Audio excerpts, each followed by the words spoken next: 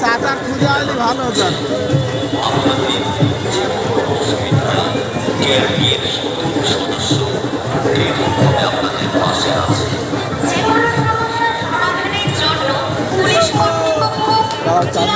প্রশাসন ভবনে অথবা ডিএমই অর্থাৎ পুলিশ অ্যাসিস্ট্যান্ট বুথে সরাসরি যোগাযোগ করুন।